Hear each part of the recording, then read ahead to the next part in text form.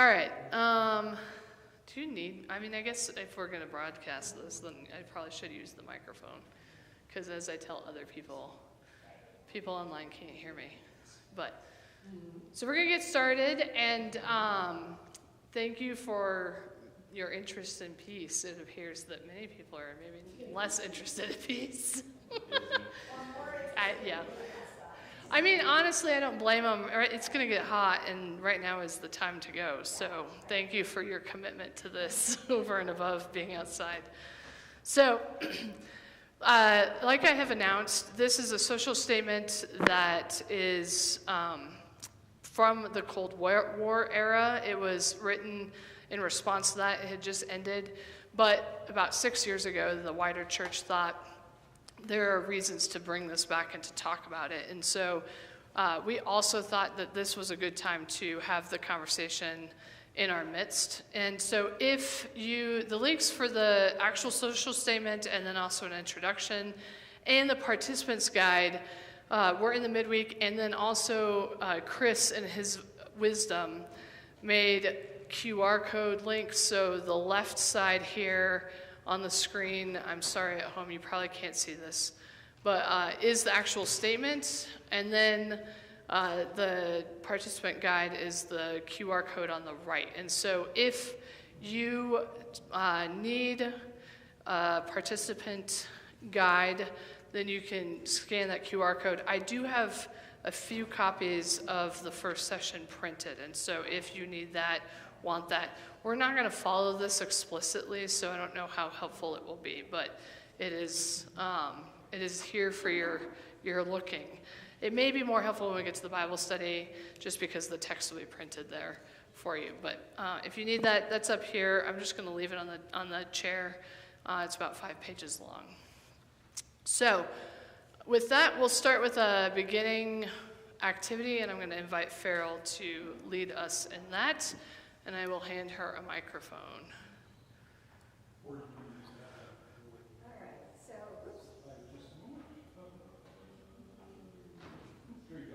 hello. It's loud, I guess so. To use my teacher's voice. Okay, so we're going to start with something very simple. And that is, when you hear the word peace, what comes to mind? What other words or ideas come to mind when you hear the word peace? Serenity. I love it. Serenity. Okay. Good. Calm. Thank you. Wholeness. Wholeness. Okay. I'm taking notes so we can come back to these ideas. A part of, okay. Being what? Being a part of. Yeah, right. Yeah, I was thinking this morning community, which is kind of this along the same lines. Anything else? Yes. I think of a state of mind, not an absence of war. Okay. A state of mind. Rather than an absence of war. Not the absence of war. Okay. Anything else? So because I'm not sure I was talking into the mic, we've got serenity, calm, wholeness, being a part of a community or being a part of something, a state of mind. Anything else? Agreement. Along with that, compromise. Compromise. Oh, there's a word. Anything else? Well, you may have a few more after you see the video, but nothing else at this point? Okay, well, keep thinking about that. Off. I got it, Chris. So thank you for that. The next thing that we're going to do is we're going to watch a video. So this is an introduction And then we'll talk a little bit about both what we heard in the video and what we sort of maybe generally think about peace after watching the video. It does start with a sort of overall thing about the social statement, so know that that's included. And so as soon as Chris gets this going, it's about a little under 10 minutes, and then we'll have some conversation around that.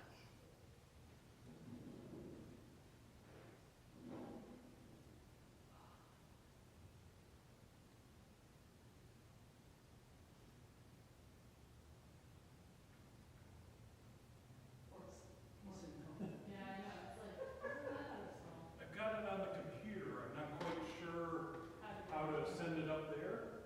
Do you know instantly, or I can take a minute to play?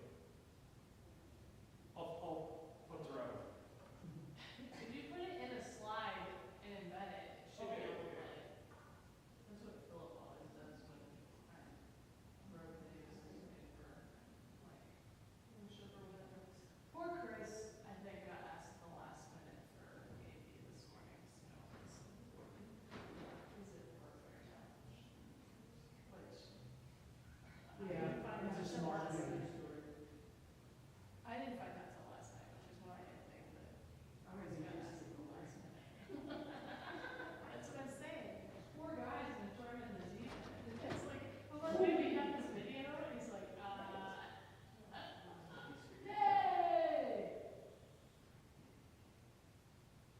And so we can hear it.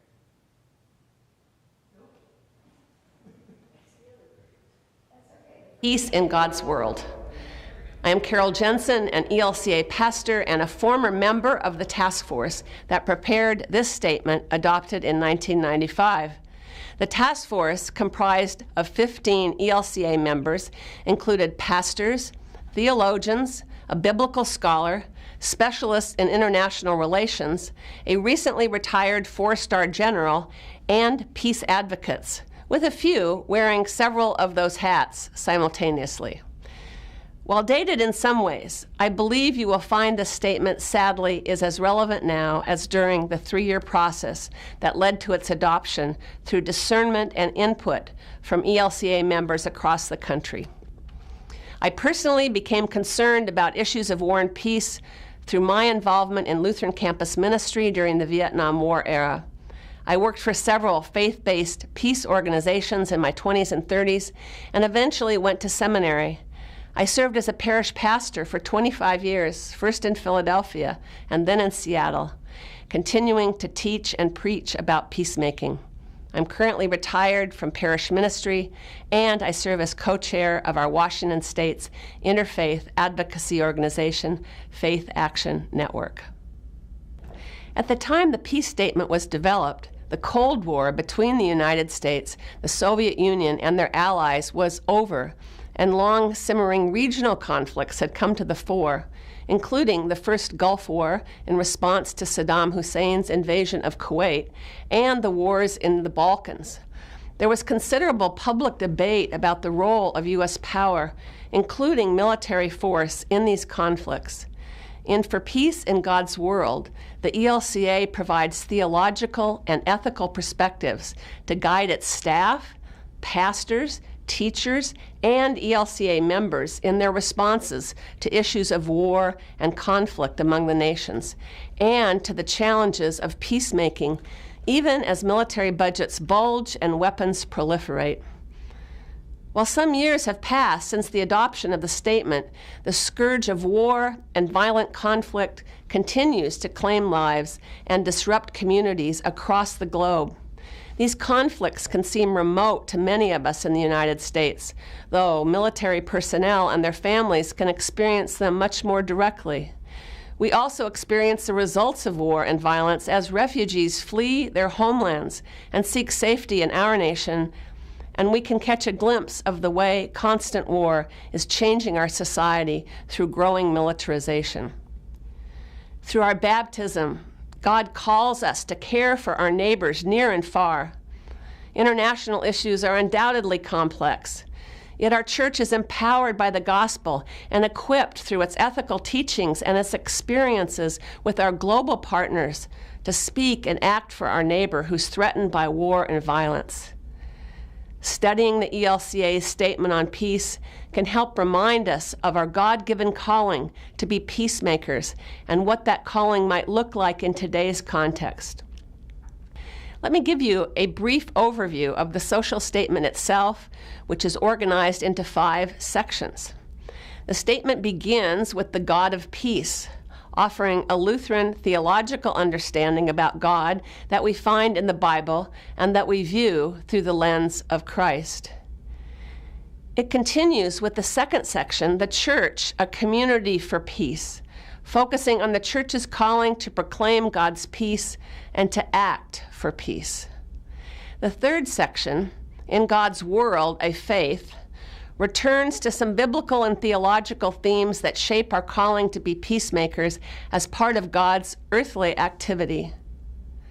The fourth section, political responsibility, dives into our role as citizens and our responsibility to actively participate in engaging in the affairs of government, especially in regard to protecting the vulnerable. This section also offers a perspective on deciding about war based on the just-unjust war tradition. The last section, titled Tasks, focuses on what we can do to keep, make, and build international peace today, recognizing the constraints and the brokenness of our complex world. Then a series of implementing resolutions passed by the 1995 Churchwide Assembly concludes the statement. In the next few minutes, I want us to think together about what God has to do with peace, both the peace of God's promised future reign in all its fullness and the earthly peace that is so fragile but so important to all living things on our planet. The biblical narrative reveals God's resolve for peace, beginning in the story of creation itself, and for us as Christians, the story of Jesus Christ. Our scriptures begin with God's creation of all things in Genesis, giving unity, order, and purpose to a world of different creatures. And it was good. Human ones are created in the image of God for life and community. Our Christian Bible ends in the book of Revelation with a vision of God's final reign of peace, when mourning and crying and pain will be no more, and the leaves of the tree of life are for the healing of the nations. The Bible begins and ends in the peace that is a gift from God. The biblical story also reveals that the human ones did not accept their dependence on God and interdependence with the rest of creation. They sought their own benefit at the expense of others, fracturing the community that God intended for all. This is the condition of human sinfulness in which we are all bound.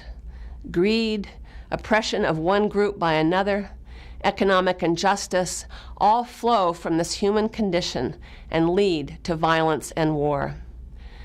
God's gift of the law recognizes the human condition and shows us the way to put a curb on human sinfulness and to love our neighbor in the midst of the imperfect world in which we live. In the Small Catechism, Martin Luther's explanation of the fifth commandment, "You shall not murder," tells us this commandment means not only not endangering or harming our neighbor, but also helping and supporting them in all of life's needs. We see God's resolve for peace as Christians most clearly in the life, death, and resurrection of Jesus. Jesus called us to love our enemies. Jesus continually broke down the barriers that divided people by reaching out to those on the margins. Jesus submitted to death on a cross, confronting violence with the power of love. God's resurrection of Jesus shows us that ultimately love will triumph and that one day God's final reign of peace will come. The Apostle Paul and the early church understood God's saving work through Jesus Christ in the light of God's resolve for peace. In the letter to the Ephesians, the gospel breaks down the dividing walls of hostility among people and creates a new humanity. Paul's second letter to the Corinthians speaks of God's reconciling the world to God through Christ and entrusting the message of reconciliation to us. So, As those who trust that God in Jesus has disclosed to us that future reign of peace, we are called to embrace our calling to make peace in the world in which we live. Building earthly peace encompasses all dimensions of human society. God is at work in culture, economics, and politics for the common good. There's no perfect earthly peace, but there are countless ways we can serve our neighbor by advocating for policies and programs that reduce international violent conflict and create opportunities for all people to flourish. In future sessions, this study will explore some of those ways, including what Christians can do to foster a culture of peace grounded by a vision of the fundamental unity we share in the midst of the wondrous diversity that God created and is creating. And more concretely, this study will help you think about ways to promote peacemaking at home and greater international cooperation to prevent wars in the future. I am pleased that you are doing this study, and I pray that it may be a blessing to you and to your congregation. We'll see if it just stops on its own. All right. So I know that there were a lot of churchy words. Like, she's very highfalutin churchy. So I'm just gonna, my first question is, are there any thoughts or questions in particular, anything that you didn't understand that maybe we could start there? And or if you have thoughts about what she said that maybe you'd want to address or bring up in conversation. So I'll leave it there. And if you do, because of the fact that we're streaming this, if you could use the microphone, that would be useful.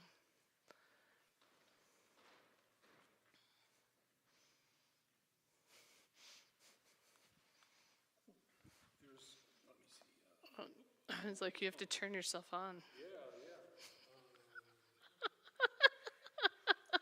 I did not mean to say it like that.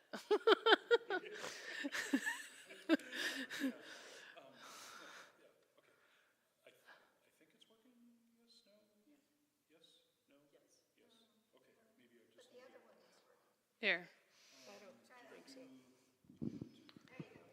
Here, we'll swap you. Thank you. I can't do two things at once very well. So Yeah, this is hand two. Okay. So, you know, there's always sort of this disconnect, I feel, between let's all be peaceful and reconciled and so on, and evil in the world. And how do we deal with that? You know, when you have real horrible things happening, how do you kind of bridge between these wonderful feelings of wanting for peace against the harsh realities of people who won't respond to your message of peace? anyone? Thoughts?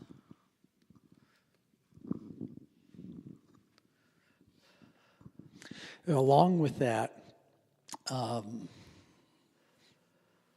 think most things being relative, the word tribalism comes up big time, which is what she was addressing without using the term, I think. And when you were saying evil in the world, depends on your definition and your perspective.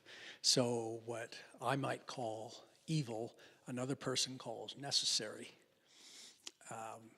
And of course, in the United States, we've been having that kind of a battle now for a while, an intense battle. It's always been there. It's part of democracy, but intensely.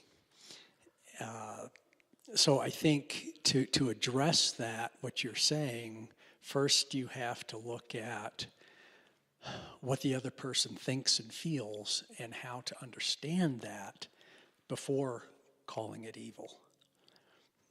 Even though that might be the gut reaction, if that makes any sense.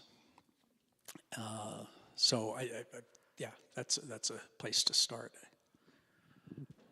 I also think that and I don't know if, Chris, this is kind of what you're thinking in terms of peace, but like, I mean, so many of the words that got brought up are like, this sort of feeling of an absence of conflict.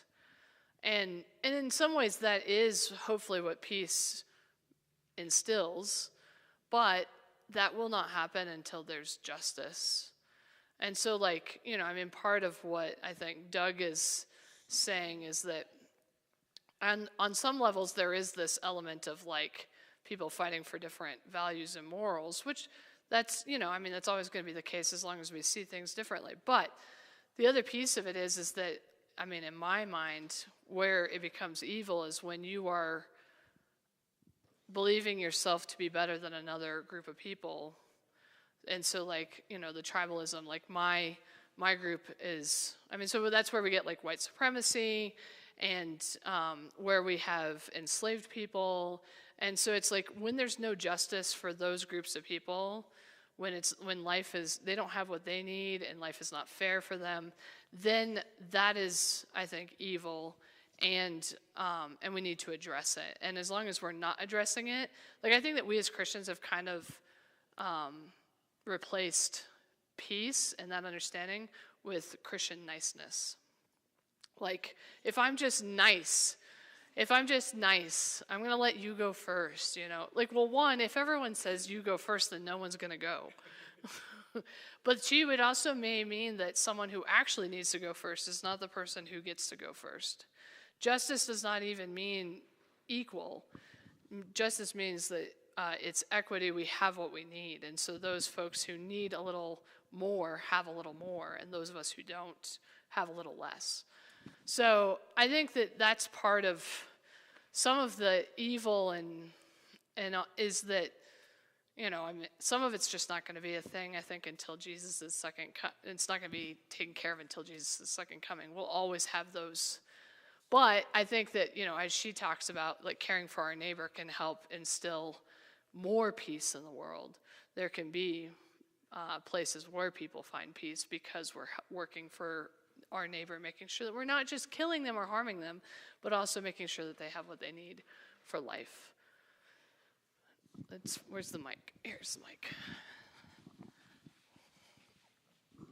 I confess that her comments sent me back to Genesis because I wasn't exactly sure how she made that connection.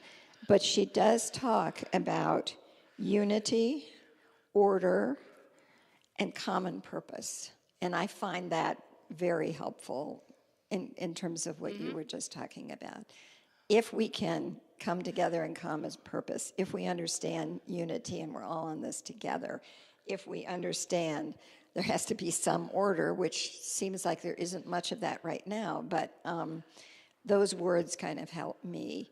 And I think she said that's what God had in mind at the beginning Yes, she of did Genesis. Say that. She did. Good. She talked about the first creation story in Genesis, which that creation story is a story of ordering, putting order to the chaos that is there.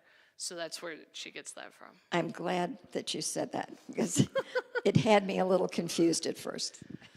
I've watched this video, admittedly, like 4 times, and even still, there's stuff that I miss that I find later, and I'm like, oh, she did say that. So there's just like, these videos, while they are helpful for sort of like having an overview of the topic, they are very churchy. You'll find next week, the 3rd video, the first one, I'm just like, whoa, dude, can we just like tame this down? Like, this is stuff we talk about in seminary. And these words are like, how do you relate this to real life? But you can also tell he's reading. You can tell she's reading, but you can really tell with that guy, he's reading from a teleprompter or a script or whatever. And so, like, it's very clear that some churchy person wrote these, and these people are just reading them. So yes, she said it. It's just, like, you have to watch it a few times maybe before that clicks in. There's a lot of stuff in there. Any other questions before I pose another question to you? Anything surprising? So like we started this session about what we thought peace was. Anything that surprised you? Either it like obliterated something that was said earlier, or added to it, or was it like, oh no, this makes sense?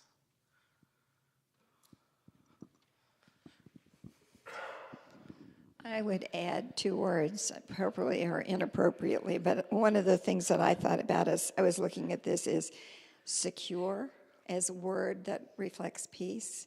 I'd like to be in a place where I feel secure and that there's not going to be bombs and wars and so on and so forth. And along with that means protected, I think, also. And I think about that in terms of our immigrant families who are here now in Summit County. Do they feel secure? Do they feel protected? Do they feel loved? Are they getting what they need? And so those words kind of come up again as we listen to this. I think they're both appropriate as long as we, and I think that you mean this, as long as we acknowledge that everybody has the ability to feel secure and protected. Like that's the end goal. Yeah. And I think sometimes, I think especially in America, we get the words peace and lifestyle confused. We are protecting our way of life. That's not necessarily about peace. That can be the opposite, and often is. So I think keeping that in mind as we're talking about peace and what to do and how to interact. No, I agree with that. And also, back to your earlier comment, there are various definitions of what our way of life is.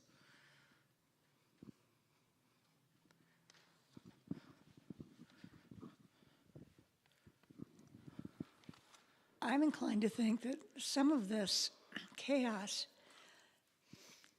is, excuse me, a part of the human condition. Mm-hmm. Any of us that have grown up in a family with siblings, you can love these people, but no, they're going to fight about what's mine, what's yours, da da da, and it's even from the cradle. And so, in my thought, coming to a peaceful détente takes real work, mm-hmm. and being able to accept things that with which we don't necessarily agree, and that's a real challenge. Yeah, that's 100% true. I mean, those of you in the Romans Bible study have heard me talk a lot about Paul's whole thing about the thing I want to do, I don't do, and the thing that I do want to do or don't want to do, I do. And that, like, so, there's so much of this stuff that's just like because of, and I said this in my sermon, because of the flesh, the part of us that's been corrupted by these forces that oppose God, we wind up inadvertently, I mean, it's not intentional, usually consciously, doing things that we don't want to do and vice versa. And so it's part of the human condition. And, I also, when you said that initially, I also thought about going back to the Genesis story. This is part of what I appreciate about that first creation story so much is that the water is chaos and God puts order to it. And I think that God is not done doing that. Like, we think of the creation story as like one and done. And that the order was done, and then like we get to the second creation story and we conflate the two and then think that there's this fall from perfection into what we have now, where we're all, and I don't, again, people in my Romans Bible study will know that I think that there was no perfection to begin with. God said everything was good, first of all. That's not perfect.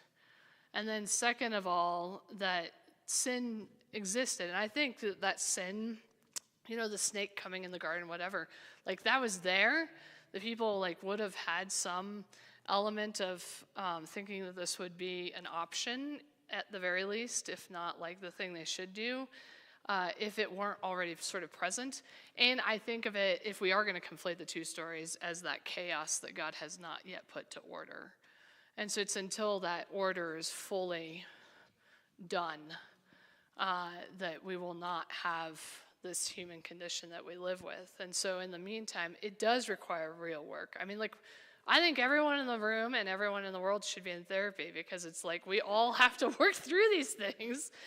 But it is like, I mean, you know, even in my closest relationships, I still get to a point where it's like, oh, my needs have not been met. And instead of just stating that and asking for what I need, I'll lash out. And, you know, that's that like inner emotional piece that just snaps. And so, you know, so many of us, and the thing about siblings, especially when we're young, we don't know anything. We have not developed in a way that we can be mindful of that. It's just like, he touched me. Well, she started it. And it's just like, that's the way we are, because we don't have the skills to deal with it appropriately. So anyway, I'll stop there and see if there are any other questions or comments. Okay, last question, and this one actually is coming from the study guide. So if you're in this, we're in the video discussion. I am in question number 2. So this is on page 3. Reverend Jansen notes that human ones are created in the image of God for life and community. One of the most important roles in human community is that held by people who are responsible for peacekeeping and conflict resolution. So who are the best peacemakers or conflict resolvers in the public sphere today? And then alongside with that, who are the ones you know personally? And what about their peacekeeping is most notable or admirable to you? Can you think of folks that you think of as peacekeepers? Oh. I think of police officers, and the police officers here are always kind, they're always respectful, and I can't imagine not complying. But that's because they first were respectful to us. If they came at us with a defensive or with an aggressive, do you know what you were doing? We might have a knee-jerk reaction. So I think the people who should be peacekeepers, and the type of person should do that, is one that has strength and patience, so that they can take a deep breath and start us off right, so that we are able to have a sane and responsible and sensible conversation.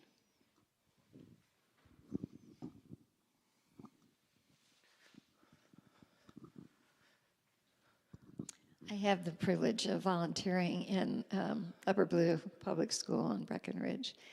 And honestly, those teachers are peacekeepers. They, every day and every minute, teach these kids how to not be aggressive with each other, and of course they often are. And the posters that they have all over the school, I mean, I am just amazed at the environment, both there and I've been at Silverthorne also, how they work very hard at getting the kids to understand how to work together and to resolve issues if they have issues. I'm just thrilled to be back in the schools and seeing what teachers are doing. Makes me think of those lists, like everything I ever needed to know for life I learned in kindergarten.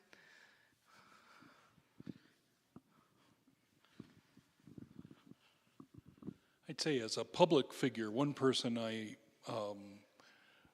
enjoy reading perspectives from is Adam Kitzinger, who has a very conservative background and perspective, but is also, I think, trying to not wallow in the worst of it and to make connections to the other side. And so that's someone I respect a lot in terms of a public figure right now. People who can bridge that gap. Yeah. Did you want it? Or were you passing it to me? You were like, nope. Did you want it? So our county commissioners are constantly in that role. They're trying to work with X number of factions who disagree and put that on any politician, our governor, whoever. It's a difficult role, And one of the reasons it's difficult is because we all have our opinions about who they are and what they represent or don't. Personally, I don't care for Tamara, but she gets a lot of things done, and she knows how to work in the system. When I say I don't like her personality. I don't like how she comes across. But that's always the case. How do you and I get along if we don't agree on a fundamental level about different things? How do we bridge that gap? How do we understand, and how do we work with each other actively when we have a fundamental disagreement? And I think that's the crux, is not who are the peacemakers, but how do we do it on a day-to-day level with our neighbor. My next door neighbor that crushed my ability to have people live in my driveway. I obviously have feelings about that, but they're still my neighbor. And so how do I bridge a gap, even though I still have negative feelings? It ain't easy. So yeah, that hard work.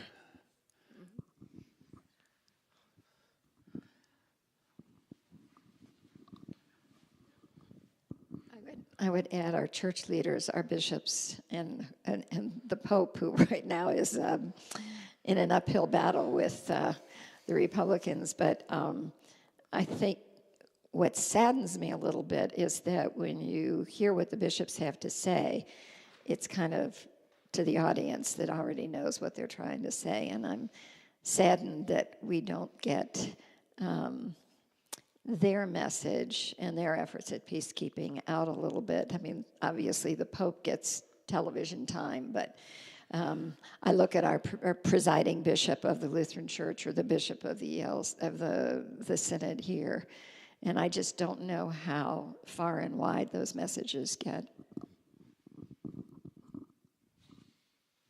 I'll also add Karen Johns to this list amongst anyone else who works with folks who are unhoused or need a little extra help.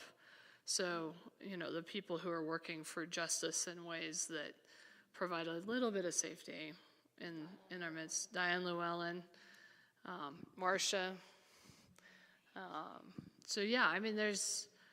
There's ways that people are working for peace that's not just like trying to bridge the gap of emotional stuff, but more so bridging the gap of what are the needs that you have that we can meet physically, and that might lead to some emotional needs being met. Like if you know that you can come here and eat and get a shower and do some laundry, that might meet some emotional needs. And I also know for sure Karen does a lot of mitigating of emotional needs downstairs.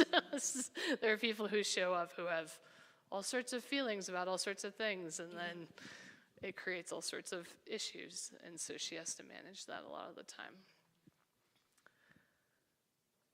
I think we should definitely move on so that we get a little bit of Bible study in here. And could you say that again? Siri, I don't need to say that again. You don't need to be listening. So Chris is going to lead our Bible study portion. I think that after this we'll wrap up. So if you're in the participants guide, if you turn to page 4, we're going to do this Bible study on Psalm 85. Have you figured out if that's on or not? I can help you. Yeah, thank you.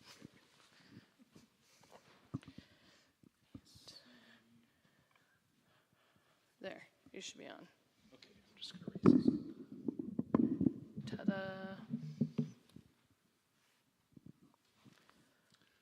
All right, so from the guide, the passage is from Psalm 85, and so I'll first read it. Let me hear what God the Lord will speak, for he will speak peace to his people, to his faithful, to those who turn to him in their hearts. Surely his salvation is at hand for those who fear him, that his glory may dwell in our land. Steadfast love and faithfulness will meet. Righteousness and peace will kiss each other. Faithfulness will spring up from the ground, and righteousness will look down from the sky. The Lord will give what is good, and our land will yield its increase. Righteousness will go before him and will make a path for his steps. So that's kind of a very nice vision of how things should be. In the video we heard a little bit of discussion of shalom. There's also a good thing to read here from the guide, which is from, let's see, who's it? Yeah, from Cornelius Platinga. Describes shalom as the webbing together of God, humans, and all creation in justice, fulfillment, and delight. We call it peace, but it means far more than mere peace of mind or a ceasefire between enemies. In the Bible, shalom means universal flourishing, wholeness, and delight, a rich state of affairs in which natural needs are satisfied and natural gifts fruitfully employed, a state of affairs that inspires joyful wonder as its creator and savior opens doors and welcomes the creatures in whom he delights. Shalom, in other words, is the way things ought to be. So, when you imagine the way things ought to be, what comes to your mind?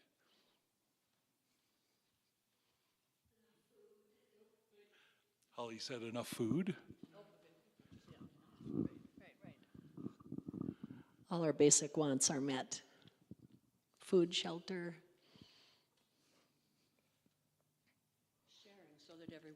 Sharing so that everyone has enough.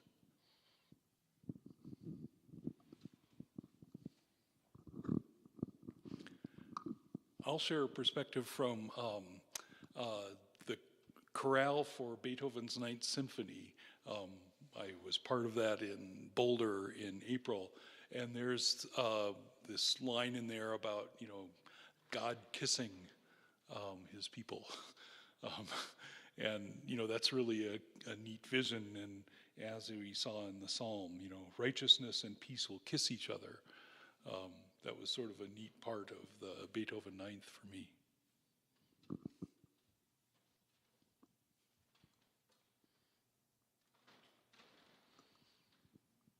Holly again.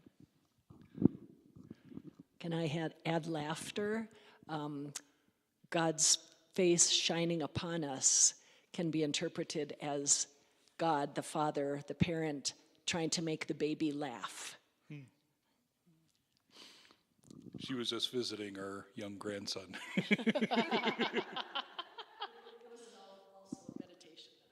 Okay, yeah. I mean, I think that that's accurate also, just like this celebration of a fullness of emotion and the ability to have that. And also I'll just note that joy, like peace, is not like the absence of difficulty, but like this sense of no matter what is happening. Yes. And so to have joy amid difficulty is still, that's nice and needed, and in much the way that anyone laughing, Pat Foote always just said to me, "You're always laughing," and I'm like, "Yeah, well, that's my disposition." It's a good thing. So. Yeah. By the way, I just had the phrase from the Beethoven Ninth come to mind, "Diesen Kuss der ganzen Welt," which I think means kissing the whole world, is from the Beethoven Ninth. In German. Yes. Doug. So along with sharing, letting others have what they don't have, and using less, it's sharing our emotions. It's taking the risks to say and listen to difficult things, creating bonds between us, letting others in. Did you listen to my sermon this morning?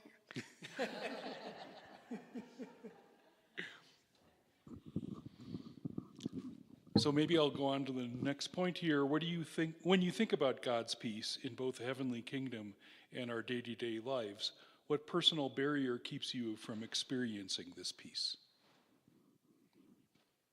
Would you say that again? Yeah. What personal barrier keeps you from experiencing peace?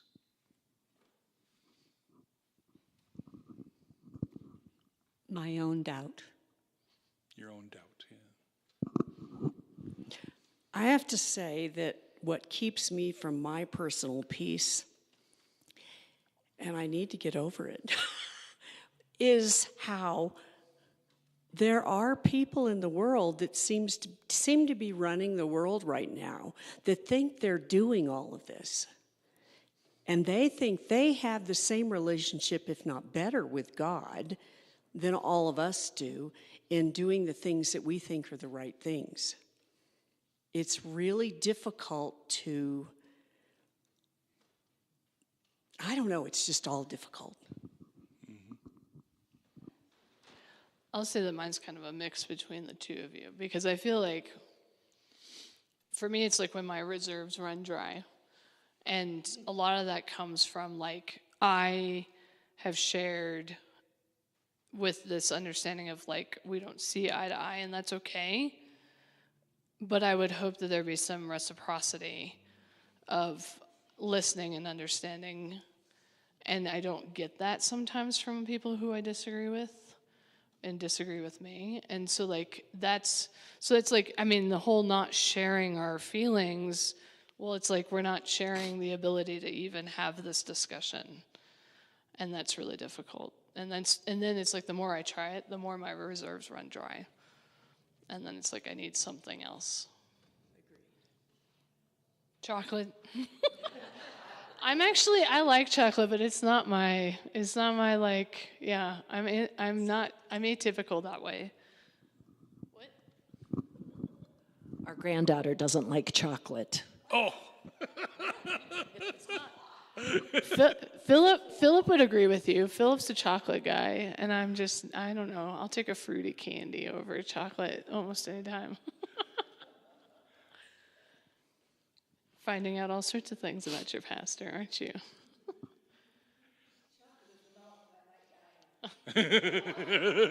chocolate is a mountain that you might die on. And Costco peanuts. Right, Costco peanuts. Chocolate is a hill I might die on because I'm allergic to it. She eats it sometimes and then feels terribly. And it's like, well, that was a mistake.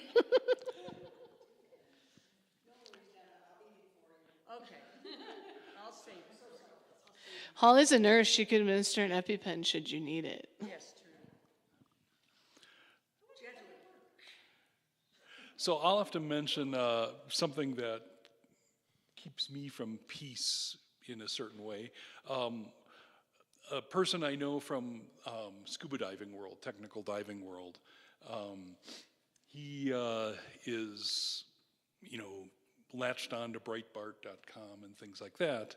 And we used to sort of have some exchange, and there came a point where, I'd respond with something and he just wouldn't hear it.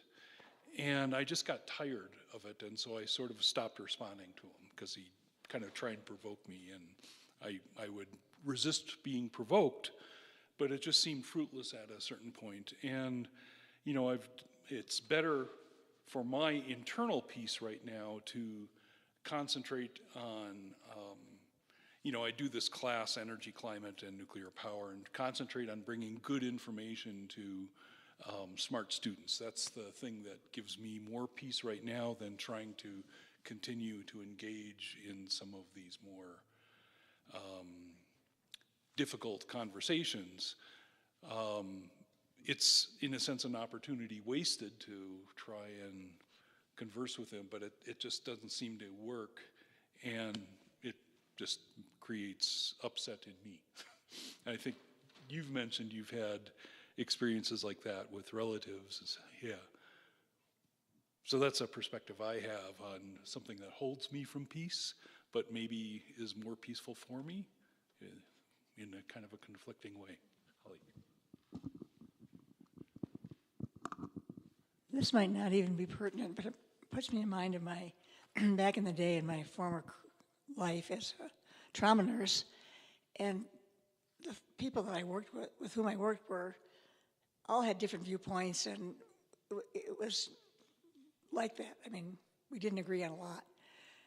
But when someone came in and they were in dire need, no one asked what their religion was. It didn't matter what color they were. It didn't matter if they could pay. Everybody went beyond that all those petty differences were gone. And because it really didn't matter. This person had been a serial killer. We didn't know, and it was not the issue. The issue was doing whatever we could to make this person either survive or be as comfortable as possible. And we worked together as a team.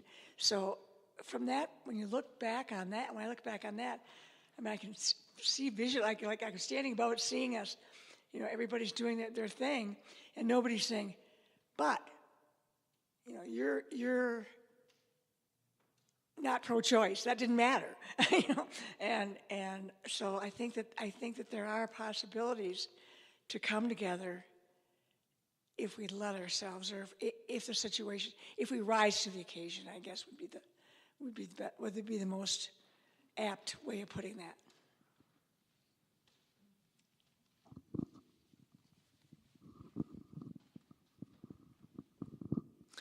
For me, probably what gets most in the way of a feeling of peace is letting go of the outcome. I have a bit of OCD in me, which makes it a lot worse. So I hit a goal, and I'm going to get there. And sometimes I think I know what I want, and other times it's for me, it's the patience just to let things happen. And usually I get what I need rather than what I want. You'll hear this in Al-Anon meetings every single time. Yeah, but yeah, that too.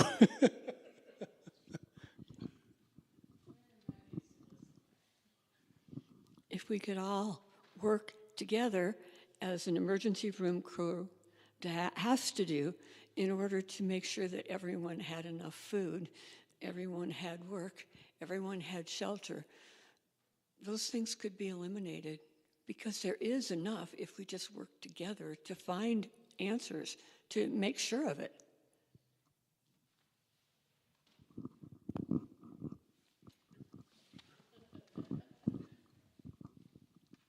Following up a little bit on what Holly said, I grew up in Cincinnati, Ohio, and Cincinnati, Ohio is a lovely city if you haven't visited it. But when I grew up, it was completely divided. I mean, it was black and it was white, and you did not engage. And although my parents were not overtly racist, you certainly, when you grow up in a community like that, you get a message. And I still, to this day, at my ancient age, will approach somebody with a different skin color or a different language and find myself immediately having to stop myself and not judge. And I think that's one of the reasons I love being in the schools, because we're trying so hard to overcome that. But when you are introduced to black and white at a young age and live in a community like that, it sticks with you. And so I personally have to just stop myself every once in a while and say, okay, forget that.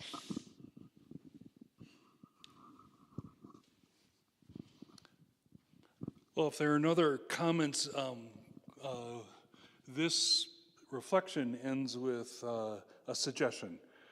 Whatever prevents you from feeling God's peace, take a sticky note, write it on a brief prayer for God's help in removing this barrier, and place the note somewhere you will see it throughout the week. And with that, maybe I'll... And then, and then, when you remove the sticky note at the end of the week, maybe it'll feel like you're removing the barrier.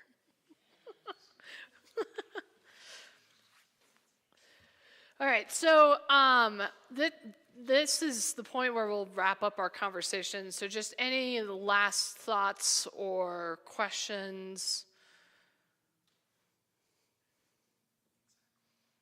Okay. So next week, there are 5 sessions that this guide does. We're not doing all 5. We're just doing these 2. So we'll do or we've done session 1 today. We're going to do session 3 next week, which of course talks a little bit about how we may be agents of this peace, but also includes the just war conversation. So just a little preview of coming attractions. When should we engage in conflict? Because we recognize that we do not live in a world where peace is the ever-present reality. And there might be a need at times for that. So come back next week, encourage your friends and your family to come. And I do, even though, yes, it's a small group, I do appreciate actually sometimes having this small of a group, because the conversation, I think, it flows a little easier. There's not as many cooks in the kitchen, if you will. And so anyway, thank you for your engagement and your participation. I really appreciate it.